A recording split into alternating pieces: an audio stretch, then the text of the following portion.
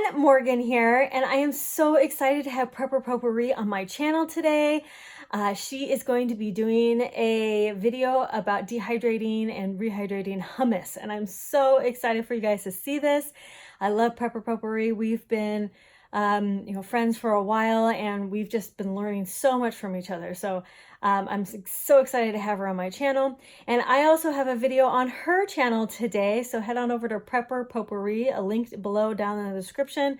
Check out her video here right now, and then head on over to her channel. Go check out my video where I'm dehydrating a smoothie. Ooh, yeah. Thank you all so much for watching Conquer Tomorrow by Preparing Today. Enjoy this video by Prepper Potpourri. So when Morgan from Rogue Preparedness said, would you like to make a collaboration video? I jumped on the chance.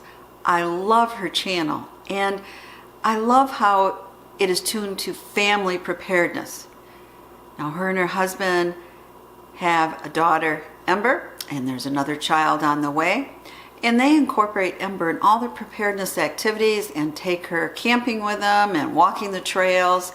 Just wonderful family activities.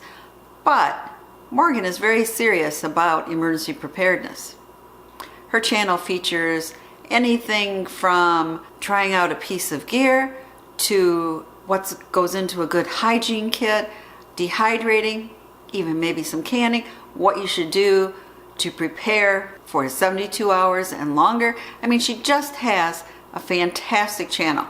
So thank you, Morgan, for inviting me to do this. I'm really excited about it. Now, on with the video. Well, I decided to make a video for Morgan and her family because they love to go camping. And I'm hoping they also like hummus.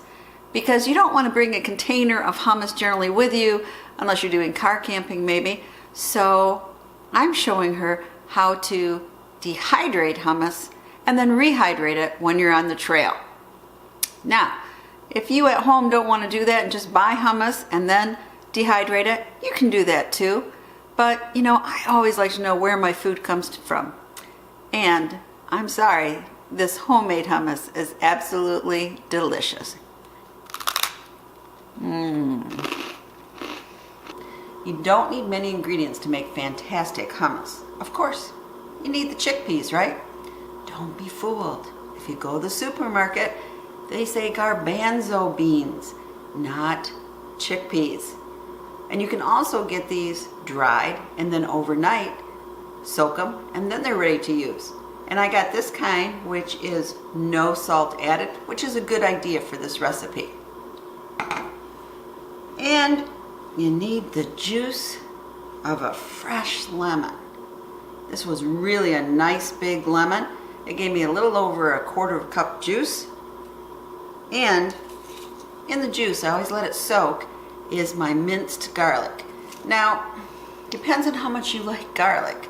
I put in 2 good-sized cloves minced in here, but you might want to only do 1. Maybe you really love garlic and you want to do 3 or 4. Up to you. I let it soak a little bit in lemon juice. I just think it releases more flavor for the garlic.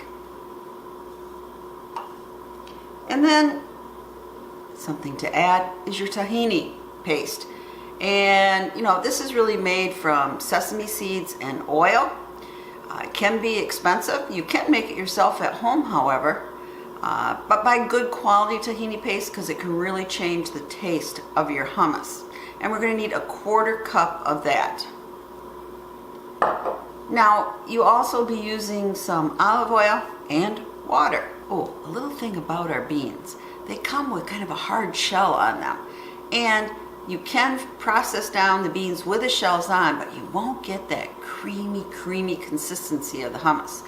So, best if you want that creamy consistency to remove those hard shells. And you can do that. There's an easy hack where you can add water and baking soda and cook it for 3 minutes, and that softens it up and the shells come off easily. Or you can do it by hand. I'm going to show you the hand method. Now, I like to rinse the beans first. Got them all in there. So just rinse them well and let them dry out a little bit before we take off those hard skins. So we're just going to take one of our garbanzo beans like this. And look at that. See how that shell comes right off? Show you another one. The challenge could be super easy. It could just be like, oh, this is going to take me a day to do. Yep, here it is again. You just leave the mushy part in there. And I want to hear your guys' progress, and I'm going to be talking about it on Facebook and See? Twitter. And Pretty easy. So we're just going to do this one by one, and we'll be back when we're done. Because that's what I do when I'm in the kitchen and I'm preparing something. I'm always watching a YouTube video. Makes the time pass faster. Here's all my naked chickpeas or garbanzo beans. And here's the coating, all the shells. So now we're ready for the next step. Now for the fun part, we're going to put in our chickpeas. There we go. Oh, one little piece of skin trying to get through. Okay. After the chickpeas, we're going to put in our 1/4 cup lemon juice. And for me, 2 large garlic cloves minced up. Okay. And our 1/4 cup paste here. Now I'm just going to put my lid on.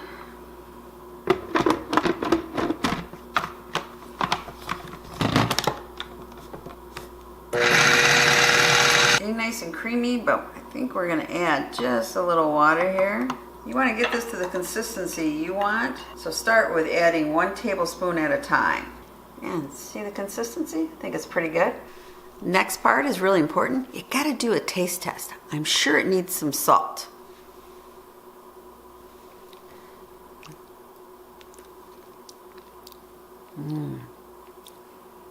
Very lemony. Garlicky, but boy does it need salt. Gonna add some salt and we'll be back. I added a 1/2 teaspoon of cumin. It just needed a little kick. Well, there we have it. Look how creamy that is. Now it's time for the dehydrating. Okay, so we have it here on the tray. And now we're just gonna spread it out. Now if you want it to dry faster, you can put it on 2 trays. You can use parchment paper, or in this case, these are special for, like making fruit leather and things like that. It just means stuff won't stick. So, just want to get it as even as possible. Because if it's thicker in some parts, then you're going to have longer drying time in that part, and you might get your edges too dry. Just take your time doing this. Now, if you have one of those cake frosting spatulas, those are great. I've watched people do that, and that is really a great idea. But I don't have one of those, so I just have to do my best.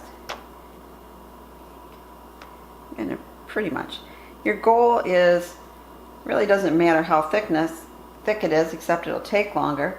But your goal is to get it as even as possible.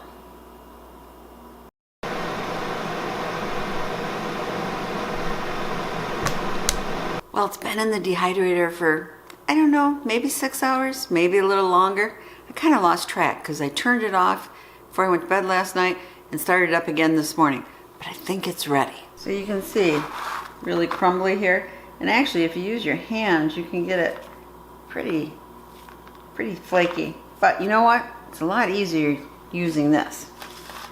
This is a coffee grinder that I got just for the purpose of grinding like my garlic from the garden, that kind of stuff. Just put some in. And I don't overfill it. And then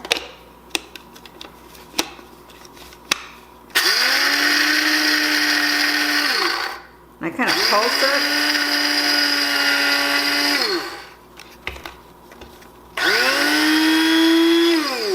See if we're getting a powder. Oh yeah, can you see that? Nice powder. So I'm going to do that with the rest of it and I'll be back. Now if I was making this and going to be keeping it, then I would try to get as much air, squeeze as much air out, Ziploc it, and put it in my freezer.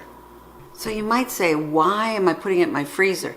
Well, the reason being is this did have some oil in it with a tahini, which is, you know, oil and sesame seeds. So just to be safe, you wouldn't hate to have it go rancid. Better to keep in the freezer. If you didn't add the tahini, then I would say I would just put it in a bag or maybe a glass jar, try to vacuum pack it a bit, and it will keep a long time.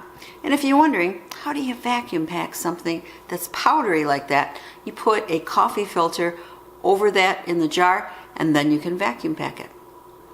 But right now we're going to see what it's like to rehydrate it. So I think maybe I could have put more water in it, but better wait and see when we put the oil in it. So we're pouring in some olive oil. And let's see how that goes with it. Now you would have to, you might have olive oil for cooking when you're camping.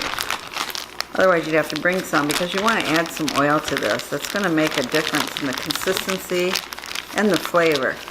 Very often you add some olive oil when you're making it, but I just didn't think that would be a great idea. Just best not to have oils in the dehydrator. Okay, now for our taste test.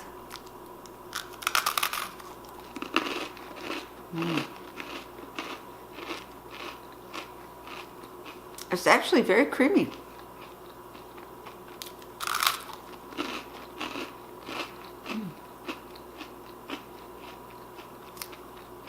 This is definitely a winner.